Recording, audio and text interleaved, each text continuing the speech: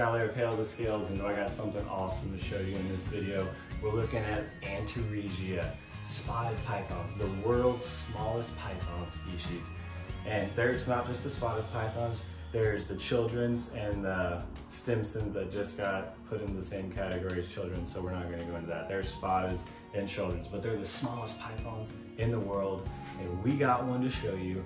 Absolutely beautiful, and we got a little chunk of Australia replication shoved to an Exoterra, so we're going to show you that as well. But before we get to that, I just want to say a special thank you to my awesome sister slash best friend Nikki. She made me these awesome shirts with my logo on them. Hail the Scales, we got it on the back.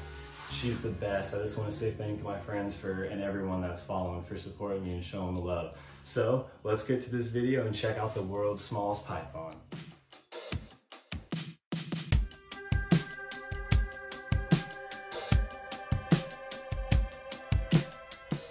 I went ahead and got this guy out so you can really get a good size comparison of how tiny these pythons actually are.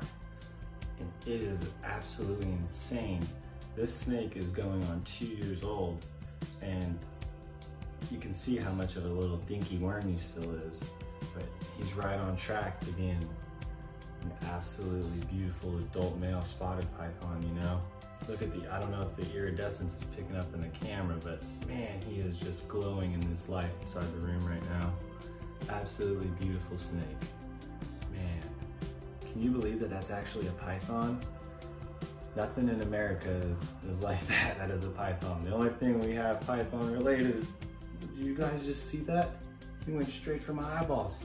He said, don't you, I might be small, but I ain't scared of you. That's awesome. Like I said, the only thing python we have related in the United States is the invasive Burmese python, and that happens to be the third biggest python in the world. So, very large stretch from this guy right here. So cool.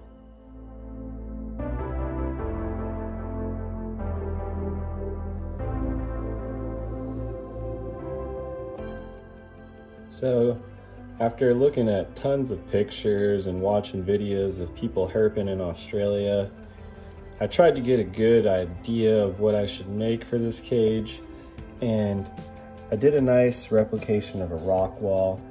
Tried to keep it the cool red dirt colors with the browns.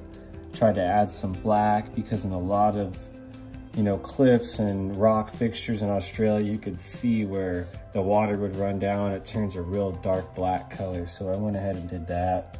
And then down at the bottom of the cliff, so to speak, I got a nice humid area for him to, you know, hide under and get some humidity if he needs to.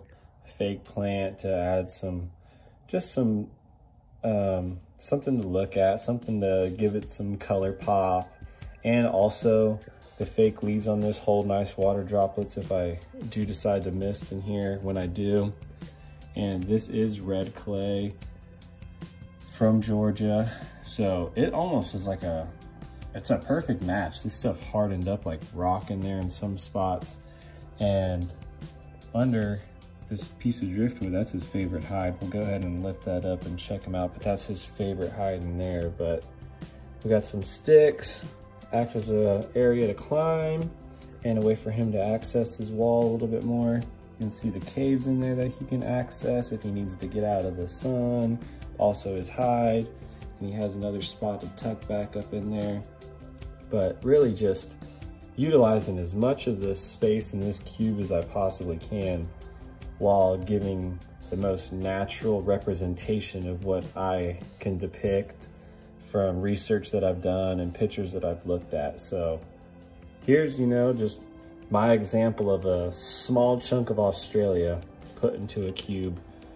And man, I love it. I just love looking at this enclosure. It gets me so pumped for new ideas and bigger builds that I want to do. But yeah, man, this is somewhat of what you could find an Australian spotted python in out in the wild, at least from videos that I've seen and pictures that I've seen. So I've never been to Australia, but man, I cannot wait to go one day to find some spotted pythons in their natural habitat. Check them out, guys. Went ahead and turned the lights off for a couple minutes and he came out nighttime. He is a nocturnal snake.